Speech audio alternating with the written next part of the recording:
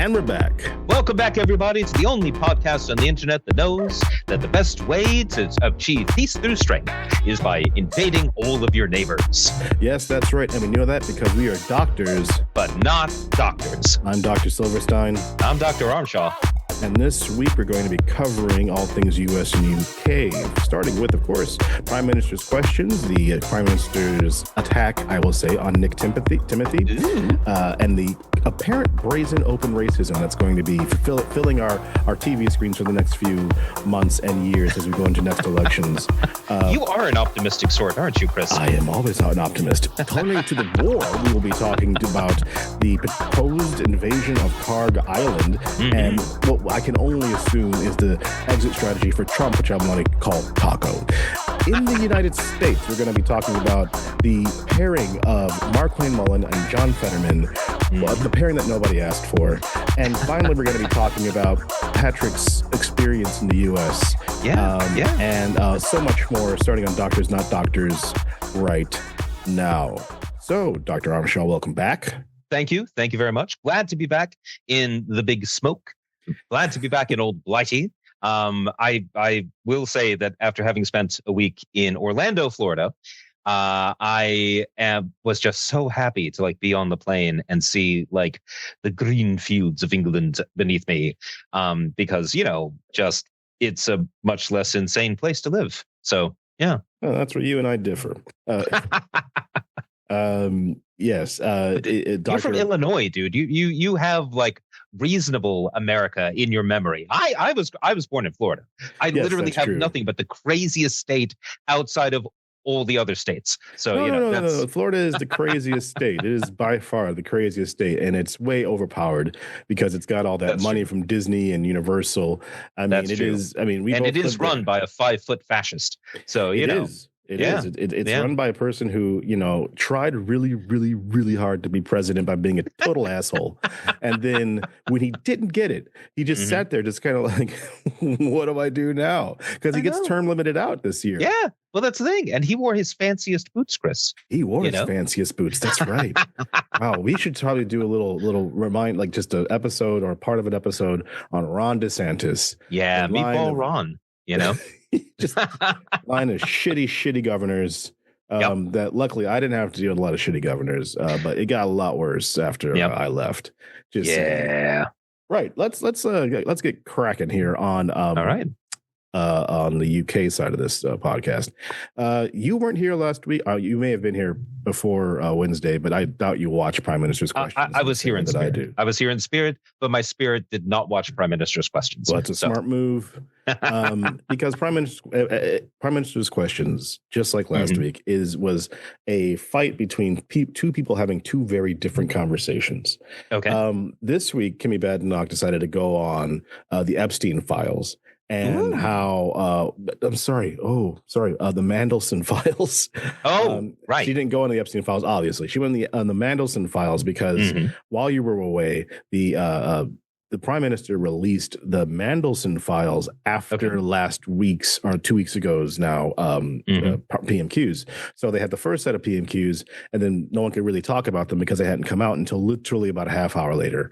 Right. This week, they talked about them because the Prime Minister basically is in huge trouble. Basically, he had said, in public, it's been reported that he never actually talked to Mandelson before appointing him as the ambassador to the United States of America. Really? And that's a political appointment as well. It wasn't like it was some foreign office appointment. No, it was explicitly not that.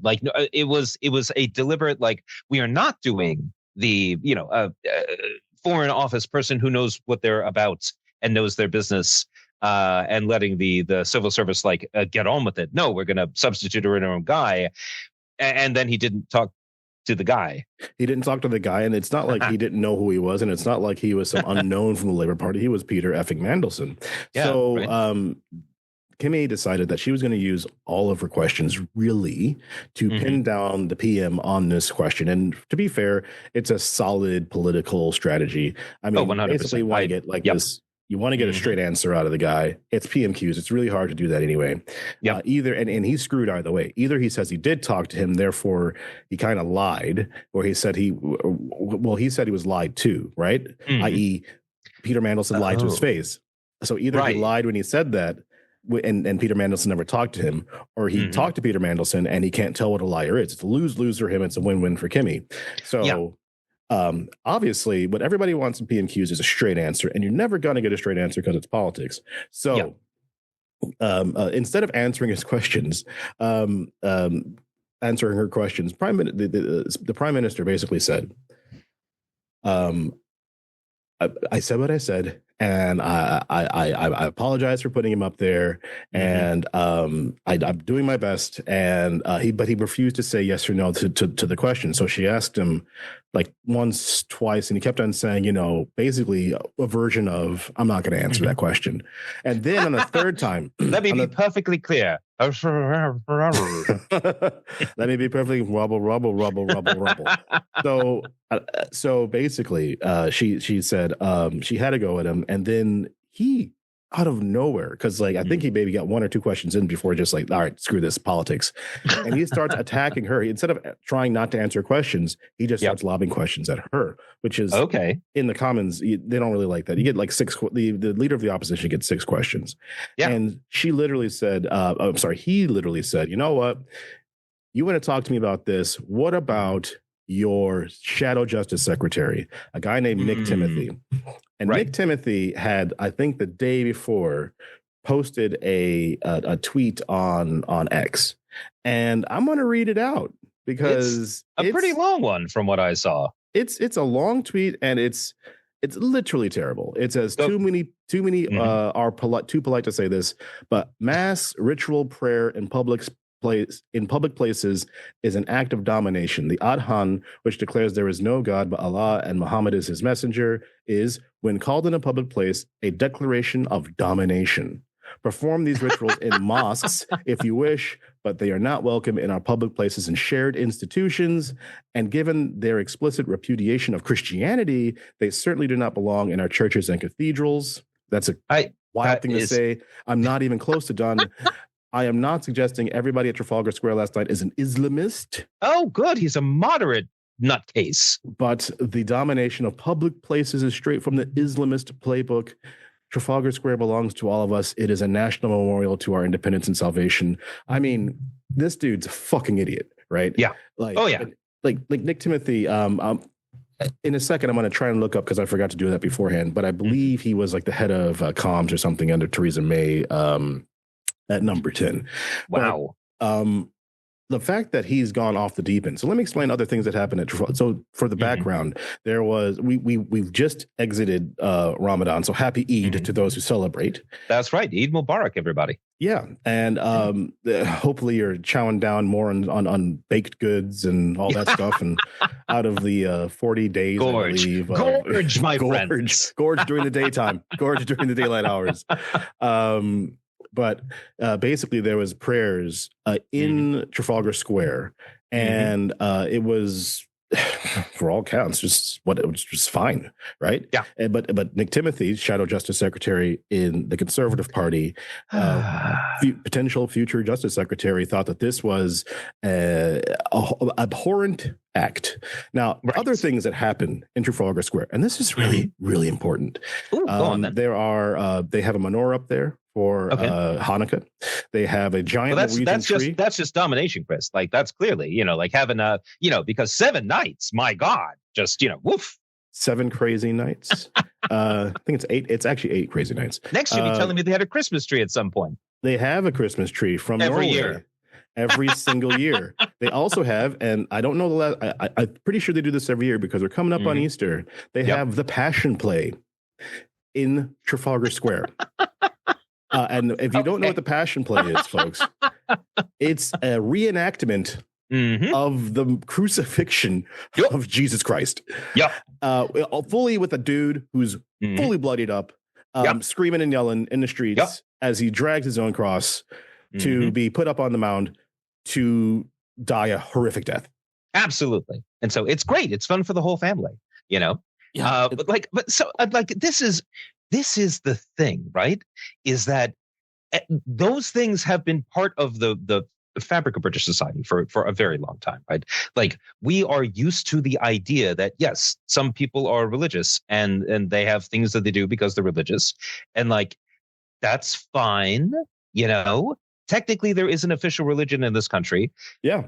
But like, most people are atheists and whatnot, you know, and it's fine, you know? So like, the attempt to turn, I think we really have to see this Nick Timothy business as just one more example of the attempted Americanization of British politics, you know, trying to create the kinds of culture wars that you can really get going in America, you know? Because this all reminds me basically of like about a decade or so ago, the right wing, the Republicans went insane because there was going to be a Muslim community center built in Manhattan. Yeah. You know, where like a large number of Muslims live, right? So 8 million people in New York, and like, you know, and there is absolutely a strong Muslim community there. But so the right wing decided that this was all like proof that they were trying to build build a, you know, a monument to 9/11 because, you know, they're Nazis. So like, I know it's an absolute, I mean, I think it's, and Badnock, to her credit, totally defended him.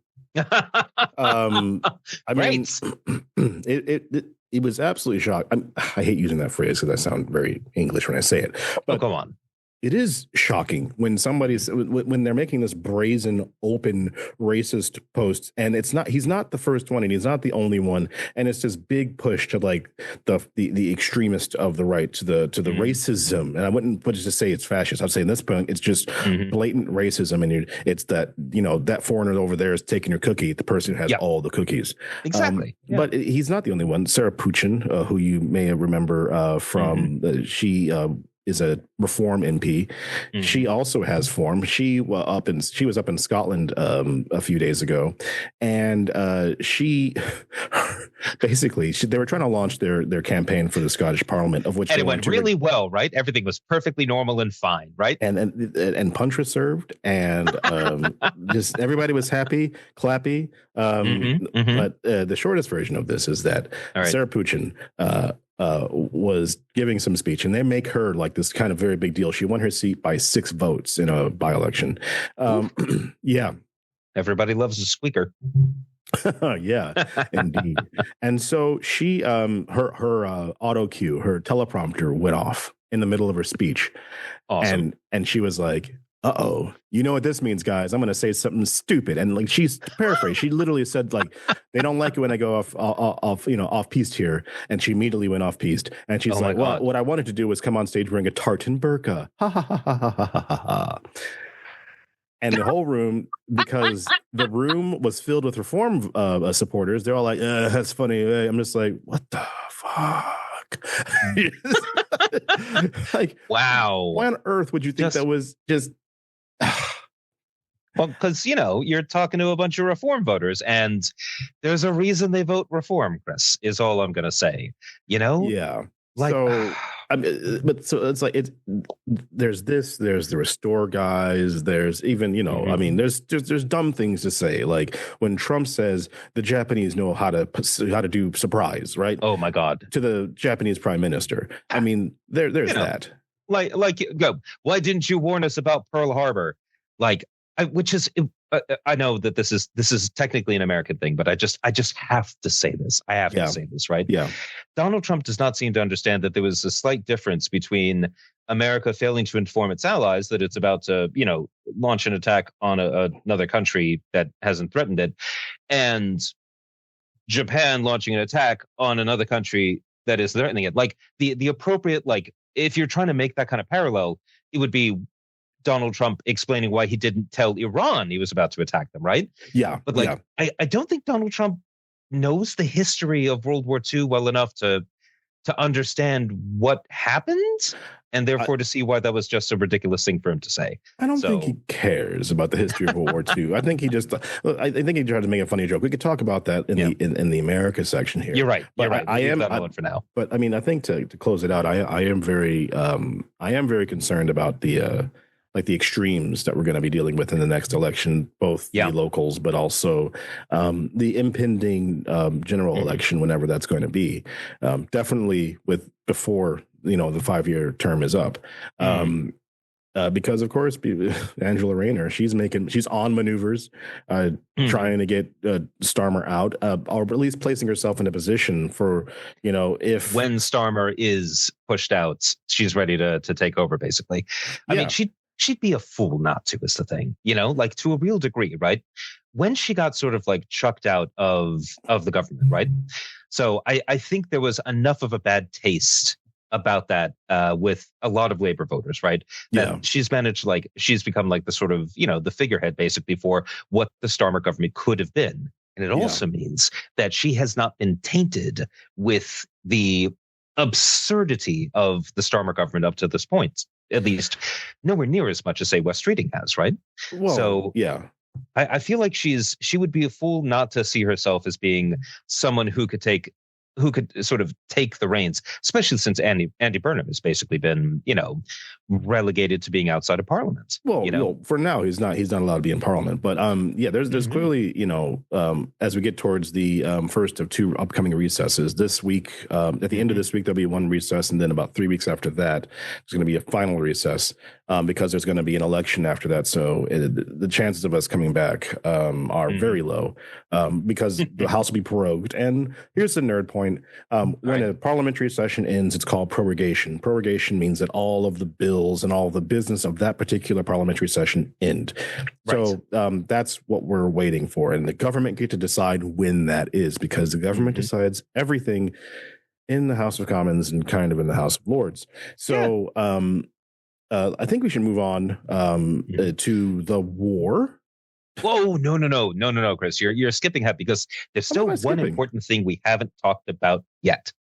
And that's Nigel Farage's sideline, his little bit of, because it turns out he's not just someone who goes around saying mad things in public while smiling with all of his teeth and, drinking many pints of lager, et cetera, et cetera. And smoking many cigarettes. Exactly. He's also someone who will say literally anything if you pay him.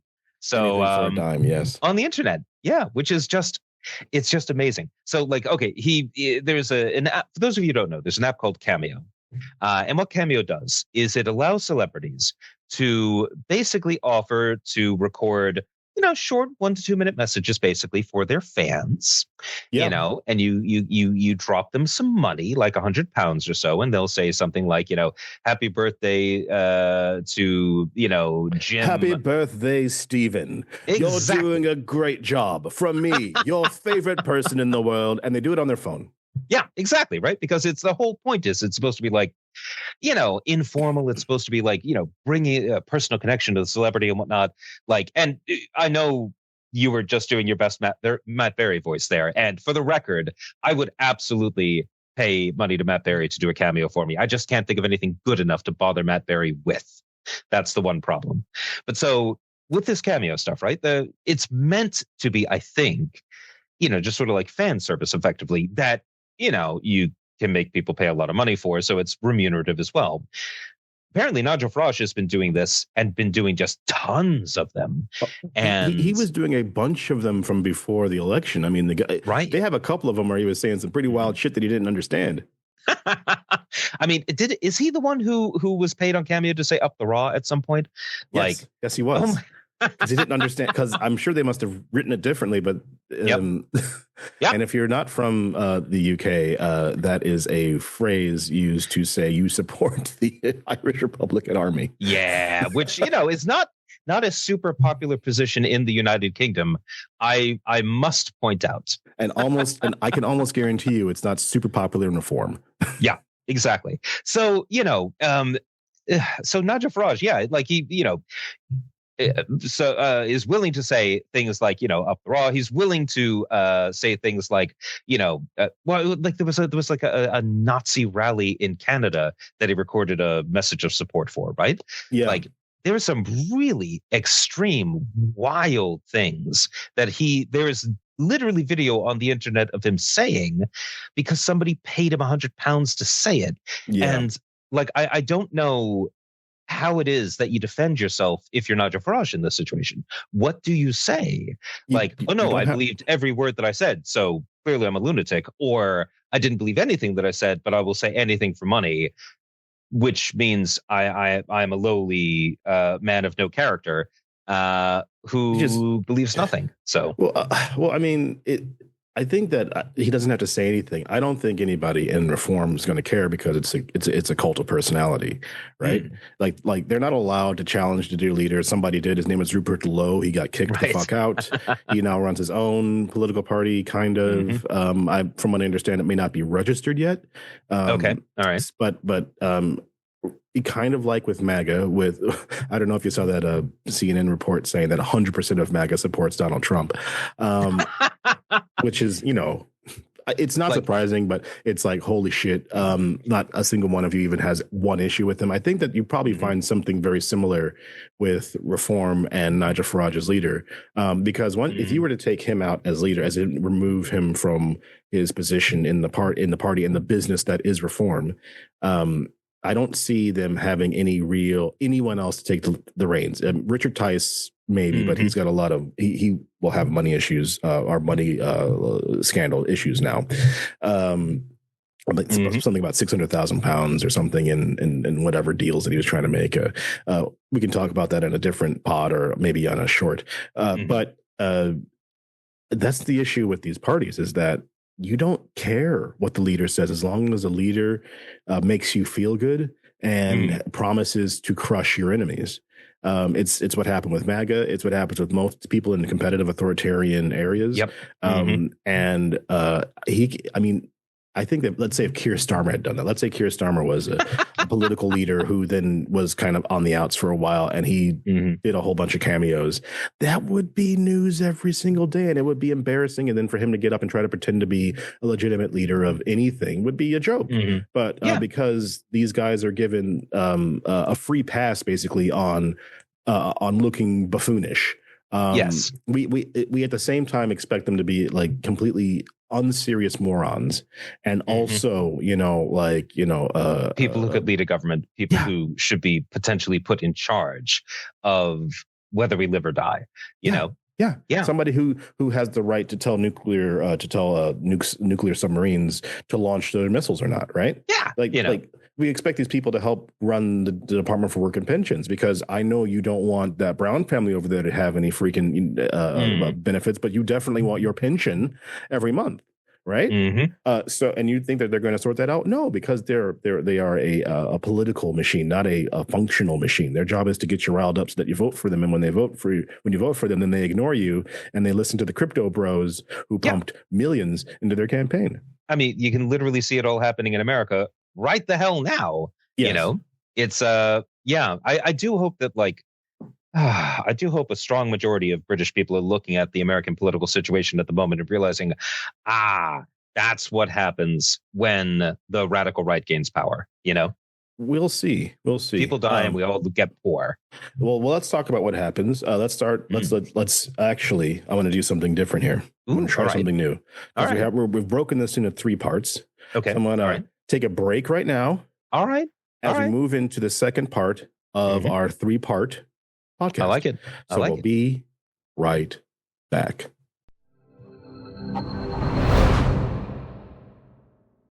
And we're back. Welcome back, everybody. It's time to discuss Iran. We can't call it a war because it's not a war, guys. It's very important that you understand it's a special military operation. It is an excursion. I think the phrase that the White House wants us all to use is it's an excursion with a picnic basket and no one's getting hurt. And, honestly, I prefer the term frolic, Chris. This is an American frolic in Iran that has, killed thousands of people, including 160 small girls. So, I like to call it a distraction from the ever-present and always out there Epstein files, which still exist and people are still trolling through. And I repeat that this is probably going to go down as one of the greatest abuses of presidential power or American power in modern history. Like if not ever. but let us not dawdle too long. First off, let's talk about. Well, I think we need to talk about the Straits of Hormuz and Kharg Island. I think we absolutely do. Yeah. If you remember from last week, the Straits of Hormuz is where a lot of, if not a lot of the oil from the world goes through. I believe it's 20% of the world's oil supply goes through the Straits of Hormuz. Yeah, it's a lot. It's a lot. Lots goes to Southeast Asia. The rest goes to the rest of the world. And we kind of need that particular area open for trade.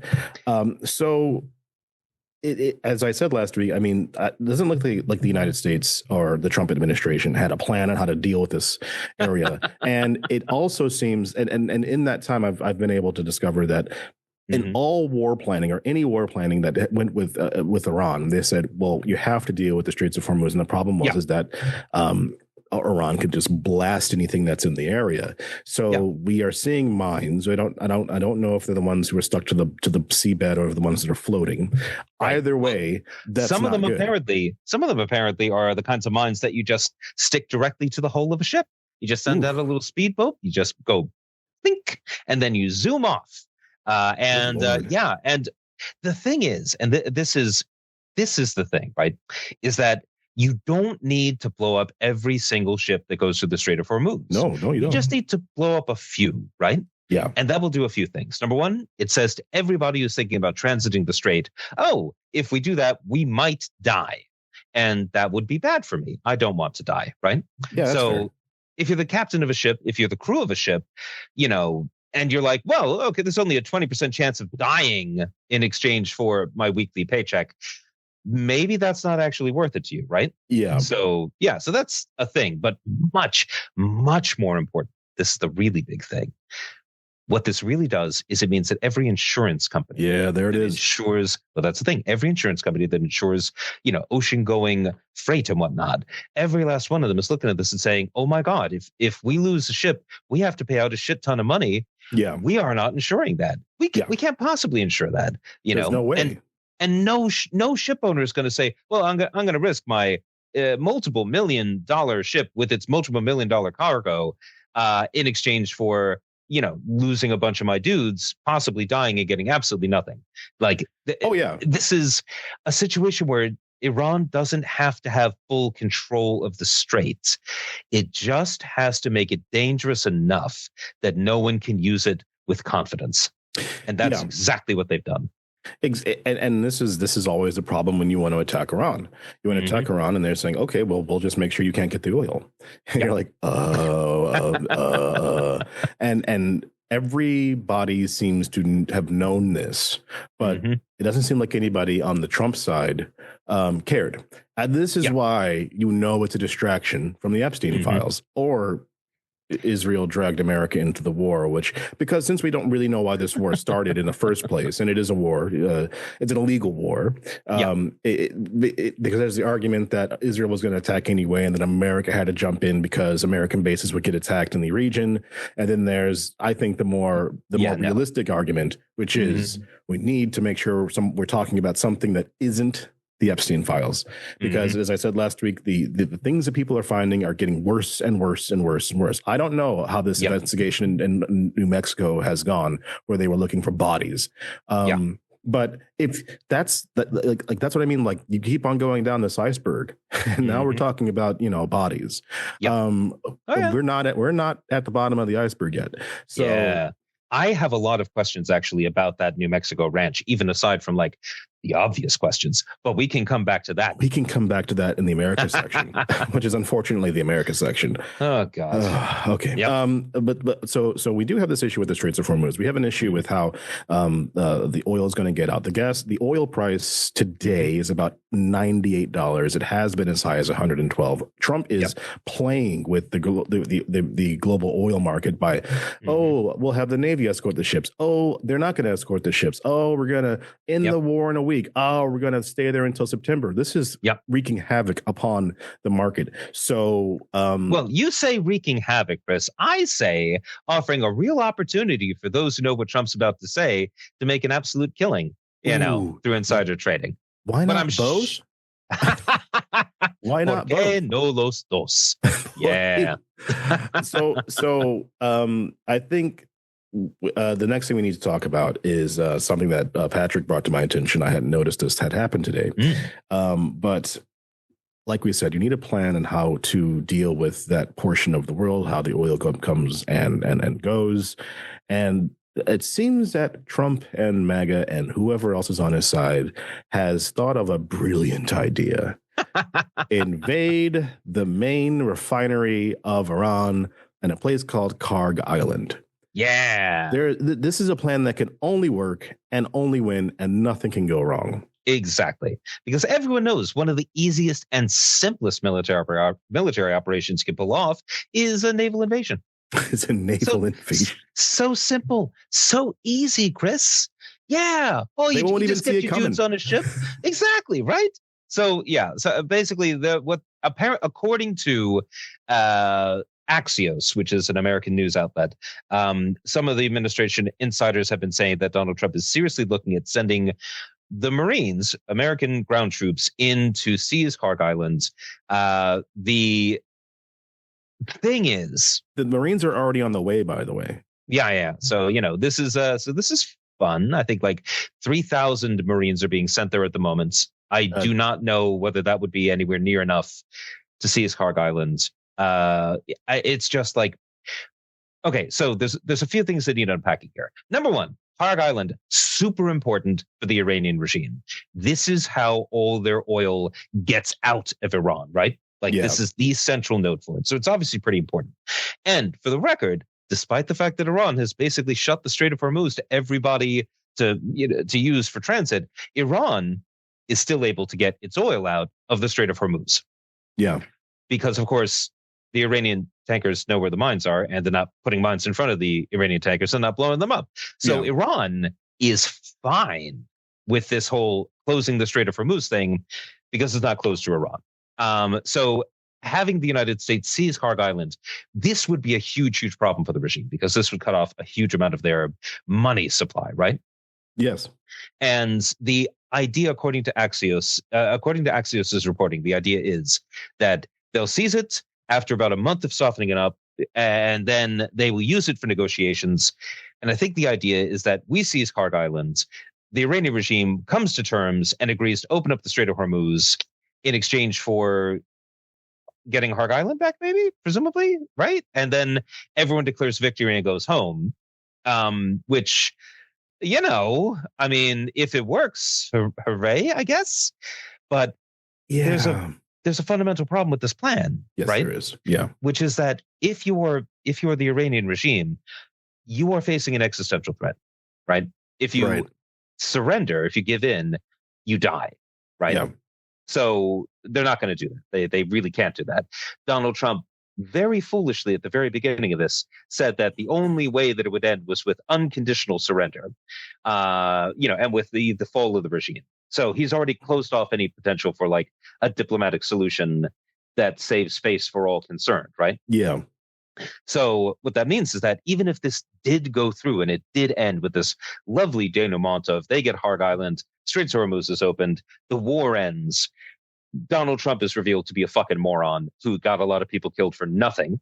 Yeah. The Iranian regime would come out of it incredibly strengthened because they would have survived a confrontation with the United States of America, which means that Donald Trump would have taken a regime that was tottering and in real danger of potentially falling to internal pressure and made it strong and powerful and discredited the pro-democracy movement because, the pro-democracy movement was apparently on the side of foreign invaders, which it's not a good look, man. It's not a good look for anybody. No. So even if it works, it's going to be just a huge own goal for the United States, but it's not going to work because the Iranians aren't going to agree to open up the Strait of Hormuz in exchange for Kharg Island. What they're going to do is they're going to keep the Strait of Hormuz closed until they get back Kharg Island. And they're going to say, and no one gets to use Strait of Hormuz until they pay us, which is what the Iranian regime is now saying is going to happen. And this is a fundamental threat to freedom of the seas. This is a fundamental threat to the entire international order that has existed for 200 years, first under the United Kingdom, and second under the United States, guaranteeing the freedom of the seas to move goods, to move people, to move money, to have international trade, to have globalization. All of this depends upon the fact that you get on a boat, you get into the seas, no one's going to invade you, no one's going to stop you, no one's going to say, oh, well, you can't use our waterways unless you pay us a big pile of money. Yeah. Like, this is if this is what ends up happening, it won't just be that Donald Trump has, shamed himself and the United States. It'll be that Donald Trump has fundamentally knocked one of the basic pillars supporting American dominance out from underneath it. Yeah. Invading Kharg Island is, first off, it's dangerous. There's no way they can do it without any casualties. Again, I'm not a military expert here, but I'm just saying that you're invading their territory. They're going to know about it better. And then also the entire, it's not a big place, but it's going to have a lot of things that go boom. So like, you might think that, okay, well, maybe people will, take it, or at least be careful around the massive, oil tankers or reserves. But then again, maybe not. You have no, like Patrick said, if you think that your regime is going to be destroyed, then why not destroy the thing that would help the new regime? And also, finally, not finally, I'm sure I'll have more after this, but but seeing what Trump did in Venezuela, which was to take control of their oil production and give it to American companies. Surely you would not want the same thing to happen to your to your infrastructure as well. So there is no way that we just stick with Kharg Island. And if Trump puts troops on the ground in Kharg Island, I don't see how the 30% of Americans or so who back MAGA no matter what will just change the tune, put up the new stuff, and say we've always wanted to invade Kharg Island, even though Trump actively said we don't want to invade Kharg Island. We're not going to bomb the oil facilities. We're not going to. We're going to keep it contained. I think that what we do need to start talking about though is how Trump gets out of this, because they clearly, they being MAGA, they being whoever advises Trump and Trump himself, clearly thought, just like Putin did, that this is going to be easy, that, we're going to start bombing and then everyone's just going to go home and everyone's going to have punch and pie and everything's going to be fine. As I said last week, they were planning for a short-term war and Iran is planning for a long-term war because Iran's pretty good at terrorism as well. We're killing their kids. We're killing their, we're killing innocents and families. There's actually a terrible video now and circulating on social media of a person who apparently inadvertently recorded themselves dying, getting blown up in an American airstrike. Now, I've been trying to see if that was real or not real. It seems like it's real. I think that it's been circulated in enough people who believe that it is the real deal. But you don't, Patrick, you're right. You don't get to, if you're on the democracy side of this Iranian thing, and you sat there and you're out in public, cheering on, Trump's face on a freaking placard or something. And, now your cousins or whatever might have to go out to war on Kharg Island, or somebody's getting killed in an American attack. And at the end of all of this, the regime remains. So I guess the best way to put it is like this. Just before the attack started, there was reporting that there was going to be a deal made between the United States and Iran for basically bringing us back to the Obama deal, only with Trump's name on it. Right. Literally, these guys thought that this was about to happen, and then down came the bombs. Yeah. So you had a situation where you could have mollified this, this giant in the Middle East to try to keep them under wraps, like Obama had already done. But instead, you killed their leader, you decapitated their leadership, and then forced a person in charge who you killed all of his family as well. There's no one left to negotiate. Killed his wife, killed his father, killed his wife. There's no one to negotiate with. So we have to think about how Trump tries to get out of this. My impression is that he will. Well, it's called the taco bet. The chance that Trump will just put in American troops on the ground, and then if that goes backwards, run away and act as if He had nothing to do with it, which is why you don't see J.D. Vance digging around this. You're seeing a lot of people trying to say, yeah, this is like, a lot of Republicans are sitting and saying that this is not a super awesome idea. Now you have a lot of sycophants in there, but I mean, everybody sees the writing on the wall here. Once again, America has dug itself into the Middle East and has no idea how to dig itself out. And this time, the world economy is going to be feeling the pain of this one. It's not just going to be Iran. It's not just going to be the United States. It's going to be all of us, because we're talking about like fuel shortages here in the United Kingdom. They're talking about canceling flights because there won't be enough fuel for the airplanes. Like food prices. Where are they going? Well, that's the thing. Like, it's the Strait of Hormuz isn't just a major place for the transit of oil. It's a major place for the transit of natural gas, specifically the natural gas that goes to Europe. Right. So this is going to massively spike energy prices in Europe and the United Kingdom. And that's not great, because we already have relatively expensive energy compared to the United States. Right. So this kind of disruption is the last thing we need. It's going to cause inflation. It's going to cause the price of everything to go up. And that's not even accounting the fact that the Strait of Hormuz is also one of the major transit points for the precursors of making fertilizer. Which we desperately need to grow enough food. So if we're talking about the kinds of disruptions to the fertilizer market that we're looking at here, and they're probably already baked in, then we're going to see food prices rise. And when that happens, people are going to starve to death, right? Like, around the world, there's going to be hundreds of thousands of people who will die because of this stupid war. And we're all going to go broke to pay for it. And in exchange, we're going to get absolutely nothing. Like, this is... And this brings me to, I think, the most annoying part of all of this, right, is that Donald Trump, I think you're right, will want to taco out. He's absolutely going to try to, I think he's already realized, like, well, this is a bad idea. I touched the hot stove. I should probably take my hand away from the hot stove right now. But he's realizing something, which is that he doesn't get to do that this time. This isn't like the tariffs where he could turn them on and turn them off like a tap, right? Instead, this is a situation where the crisis continues until the Strait of Hormuz is open.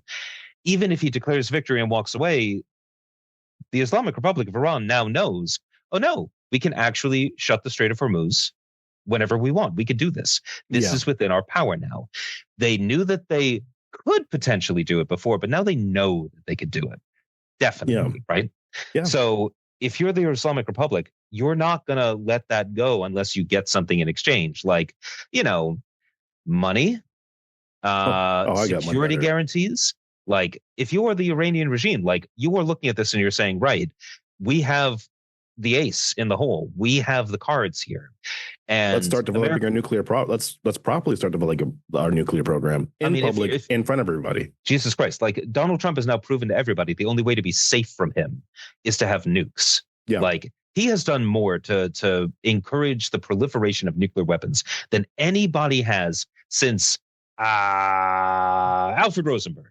Like, seriously. I feel bad making that joke, but I'm making the joke anyway. And so Ethel, fucking innocent, she, exactly. But Alfred, he was a spy. Okay, let's take a break here before we get into our final section, which will be the United States of America, which is totally perfectly fine, and everybody's happy, and there's punch and fries served. So we will be right back. And we're back.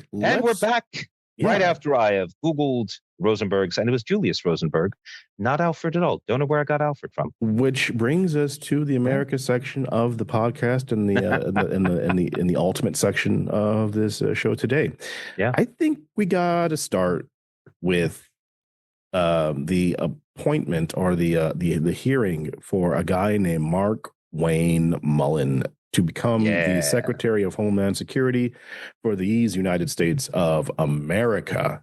And this guy, I mean, not one of the first questions he was asked, one of the first questions I saw was from not Rand Paul, but Warner. I can't remember his last name. He's a senator, Democrat senator. And he asked him a question. It was something to the effect of, who won the 2020 presidential election?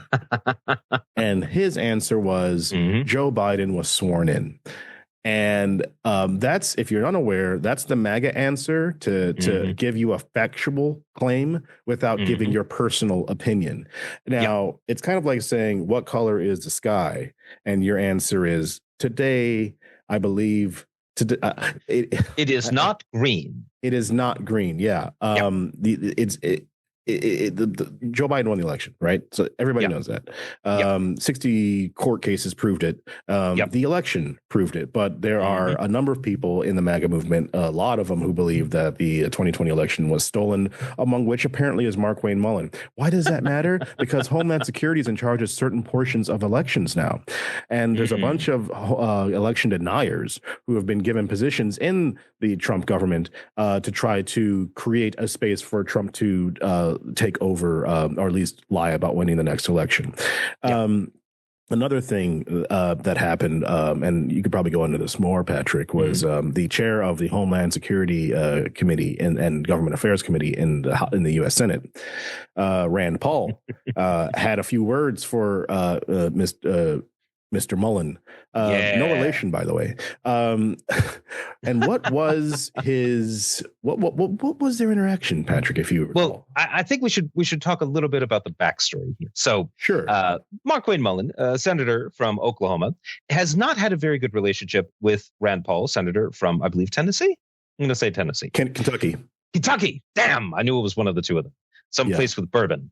Anyway, basically the thing is, several years back, Rand Paul, who's, kind of known for being a difficult character at times, someone who is, willing to mix it up verbally, got into a fight with his neighbor. And when I say fight, what I mean is his neighbor, basically savagely beat him and broke several of his ribs. Yeah, it's 2017. Right. So this is, it hasn't quite been a decade. I'm sure it still stings a bit, is what I'm saying, right? So Rand Paul, when this happened, Markwayne Mullin and other Republicans who don't like Rand Paul, because Rand Paul is a bit of a heterodox dude, a lot of them basically made statements more or less saying, well, I understand why he did it. I understand why the neighbor, beat the shit out of a sitting U.S. senator, right? He said, you totally understood why he would do that. He said you totally understood why that would happen. It was it was completely inappropriate for a person who just got, savagely beaten. Yeah. And it promotes political violence as well. It 100. It's literally, seriously, like the last time you really think about something like that happened, for the most part, is like Charles Sumner getting caned on the floor of the Senate by some slaver bastard who was in the Senate at the time, right? But yeah, so do you know that was referenced by Rand? Oh, unless you're going to talk about it, I don't want to step on your toes. No, go for it, bring it up. Oh well, so Paul and Rand Paul and Markwayne Mullin are having their conversation in which Rand Paul literally says, "You told the media that I was a freaking snake, and you completely understood why I had been assaulted," and then. Markwayne Mullin, for whatever reason, is just like, dueling is still in the books, so I don't understand why everybody's having an issue with it. Right. And he's like, and you're like, wait a second, your excuse for being a total asshole is that people used to duel. Therefore, it's okay to make fun of a person who was savagely beaten. Markwayne Mullin appeared to be under the impression that dueling was legal today. And Rand Paul had to point out that hasn't been true for over 200 years. Yeah, the early 1800s, I believe. Seriously, you've heard of Alexander Hamilton, have you? I have. Yeah, if he died in a duel, it was in all the papers. It was big news. They even made a musical out of it. Not too long ago, right? So I mean, like the idea that Markwayne Mullin would not understand that, no, you can't actually you can't have a duel and beat the shit out of someone because you don't like them. That's not how anything works. What the fuck is wrong with you? But Rand Paul's point about all of this was that Markwayne Mullin has a history of supporting violence and does not have the temperament to run the Department of Homeland Security. And personally calling for the violence in 2023, some people might remember this. There's a clip that was circulating online from the U.S. senator, wherever he was, and where Markwayne challenged a president of the Teamsters yes, that's right. to a fight in the middle of his hearing. On pensions or whatever. Yep. And he says, I will fight you right now. I will fight you. It was like Will Ferrell would have done a good impression of this if it wasn't a person who had, authority and power. Yeah. Yeah. No, and this is the thing, right? This is the person who Donald Trump wants to run the Department of Homeland Security, which, is kind of in trouble for murdering American citizens and killing a bunch of detainees in their concentration camps. Yeah. Like this man, Markwayne Mullin, is thick as pig shit. Oh, like he is not a smart man. No, right? No. He's also not an educated man, but that's a very separate thing. I want to point out. I'm not saying he's dumb because I'm saying that he is uneducated. He is also dumb. And the two things at the same time is actually, that's not necessarily work than being educated and dumb, because if you're educated and dumb, you can come up with some really nasty shit. Oh, yeah, absolutely. And we know there's tons of people out there who are educated and dumb and incredibly dangerous. Right. Some of them are my best friends. Yeah. But so like Markwayne Mullin, he's not qualified for this job in any sense. He's also appears to be a bit of a fabulist, Chris.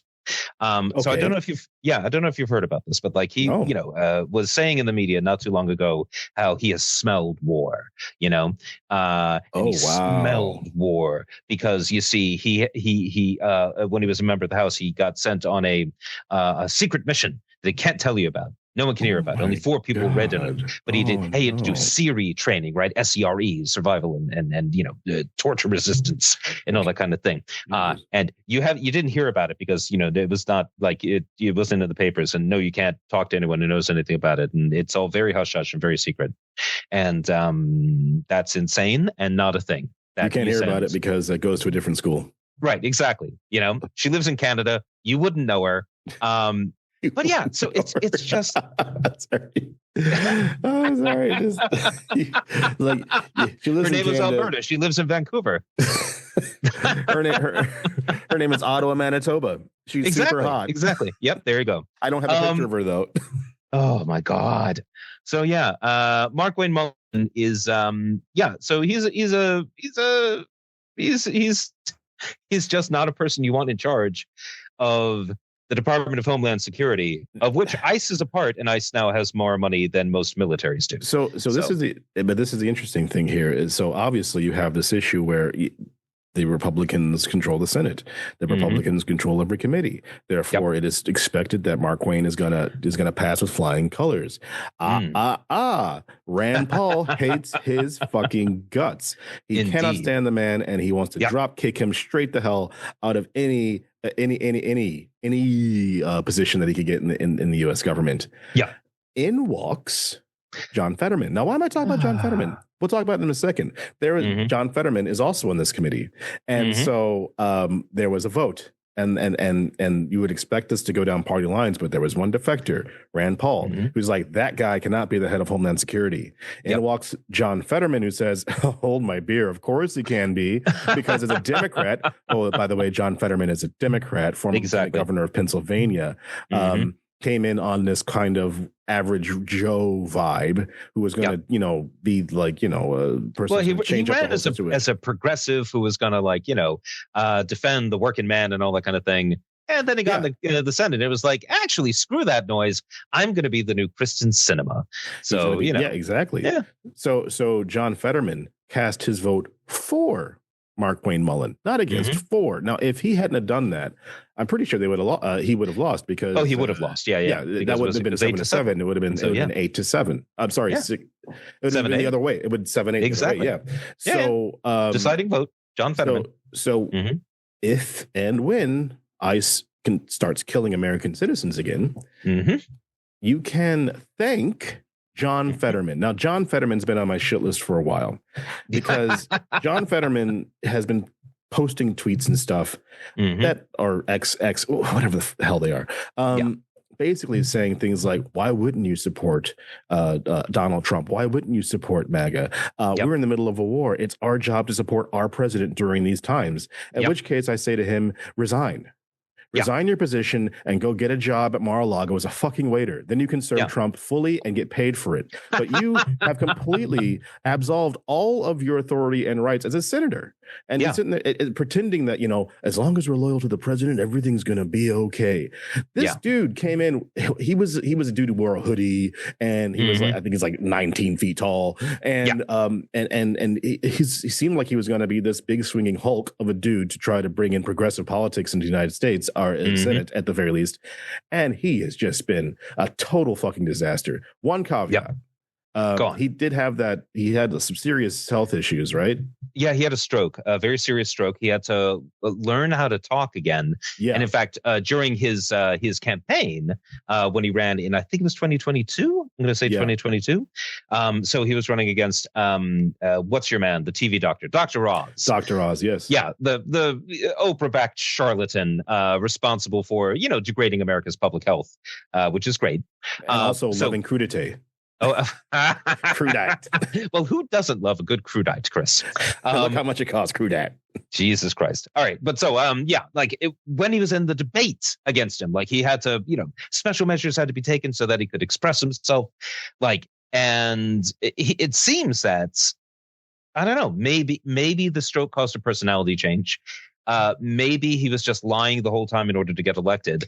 But the second he got into the Senate, almost immediately, he started being the exact opposite of what he campaigned on as, which explains why he's such a fan of Trump, to my mind, because Trump did the same thing.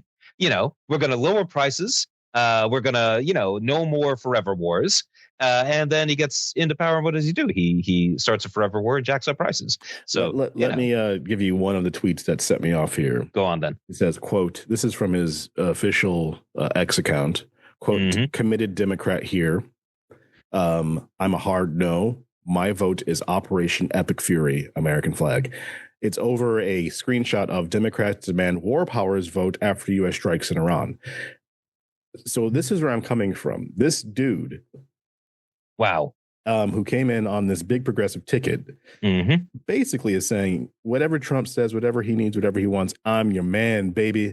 I don't want to even ask questions, keep my eyes closed. Somebody tells me that Trump's butt smells like, sunshine and happiness and honey. My nose is so far up there to get the first whiff because that's why I'm here.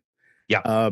So I stick to my thing here in saying that, if you want to be a sycophant for Trump as a Democrat, resign, get your job at Mar-a-Lago as the lowest level and work your way up, because the Trump organization really loves to treat its employees right and people who work for it right.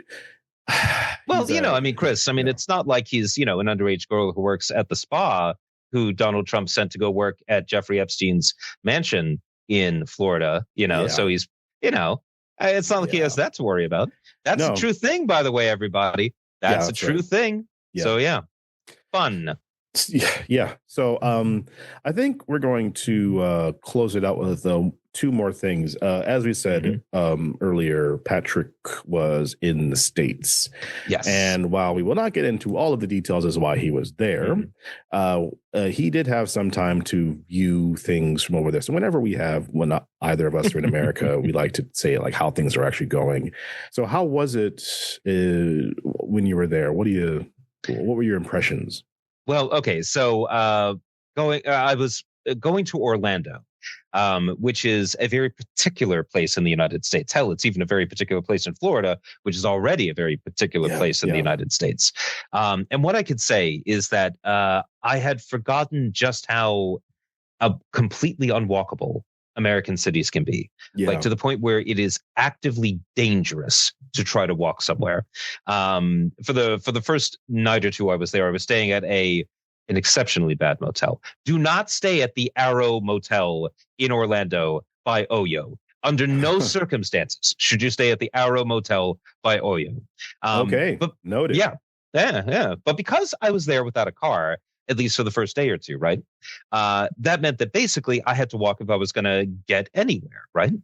And what I realized very quickly is, there's nowhere to get food other than the 7-Eleven. Oh, no, of course. And to get this, I know. So to get the 7-Eleven, it's a 15-minute walk, right? Ooh. Along the side of an 8 8-lane strode, Chris. An 8-lane strode.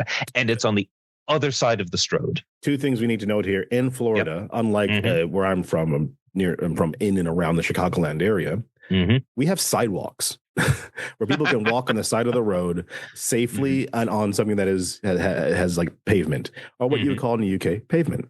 Indeed. And when you go to the South, it's just dirt and swamp. So, like, there's hey. No, this is Orlando. There was pavement. There was pavement, Chris. No way. There were lights. There were, crosswalks across the strode. The problem is Florida drivers don't believe that any of those things exist. For Florida drivers, crosswalks are mythical beasts. Like, you see them on the street, but they're an optical illusion. They're not real, because if they were real, you'd see people walking on them. And if you see people walking on them, clearly they're suffering a psychotic break, because nobody walks in Florida, because you can't. It's so dangerous. So to give you an idea of what this involved, right? You hit the walk button and you wait for the lights to change. You wait for the green man to come. And when the green man comes, you start walking across the strode, and almost immediately it starts flashing red. But that doesn't matter, because the cars who are making a left-hand turn are already driving towards you and having to screech on the brakes and honk on their horn for you having the temerity to use the crosswalk while the green man is still on, Chris. Oh, wow. So, this was like, it was not a lot of fun. I do not recommend. Hard pass on just so much of how Florida has decided to design itself. I'm looking at the pictures of the motel now. Yeah. It's on Orange Blossom Trail, and for all my listeners who have been to Orlando, you know exactly what that means. So yeah. Right. Don't stay at the Arrow Motel by Oyo. And this was his main take from being in America for a week. No, I do have one other thing to say. Yeah, prices are high, man. Food is expensive. Shit is expensive in America, right? So people make more money over there, but they gotta pay more money for everything. Well, exactly. I don't know. It's weird to be in a place with so much private wealth and so much public poverty, Ooh. Yeah. That's a good one. Yeah. Private wealth, public poverty. And it's true. And the walkability of America is something that I got used to being, having lived over here so long now, getting used to walking everywhere. Yeah. And then when you go home and you're just like, man, especially if you're not in a big city. So you must have been kind of in, but outside of Orlando. You weren't in the city center, I take it. Well, yeah, no, outside the city center, but still definitely within the city limits. Yeah. Like it's built up, but it's not. It's built up, but it's also spread out. It is sprawled. That's Florida. I mean, Jacksonville, the biggest city in America, because Jacksonville and Jacksonville County are the same thing. Yeah, because of racism. Because of racism. Yep. That'll be a short one day. But yeah, it's when last time I was there last year, it was surprising about how much money you had to pay for food. And every time I go, I do get a haul of food, and I'm always surprised at how quickly it tacks up to $100 or more. Oh yeah. I mean, we're talking about like stuff that's supposed to be shelf stable, stuff that's supposed to be in my shelf for months and months and months and months. And these are basics. Not basics. I'm not buying flour.